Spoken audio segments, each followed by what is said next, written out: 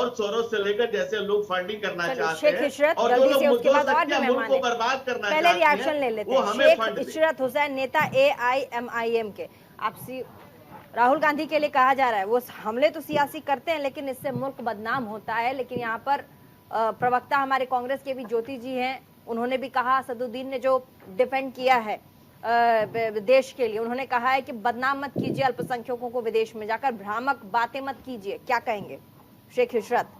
अब तो ये भी कहा जाएगा कि असदुद्दीन ओवैसी और AIMIM बीजेपी की बी पार्टी है।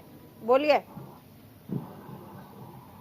मैम देखिए, कोई बात कहाँ की गई, भारत में की गई, जापान में कही गई या अमेरिका में की गई, हाँ। ये बात इतनी अहमियत नहीं रखती है।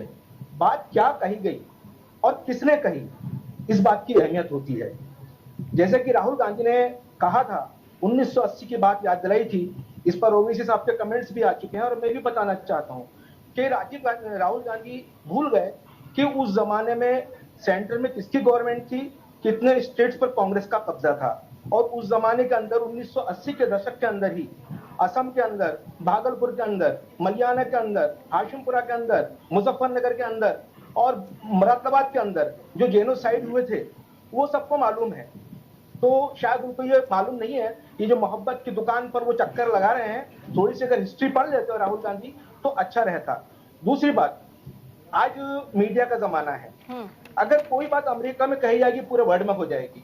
ठीक उसी तरह से कि जैसे अनुराग ठाकुर जैसे लोग कहा करते थे यहाँ पर कि गोली मारो सालों को, देश के गद्दारों को, या जो रामनवमी में नारे लगते थे कि मुंडे काटे जाएंगे, राम राम चिल्लाएंगे, तो वो बात कहीं भी कही जाए वो पूरे वर्ल्ड में चली जाती है।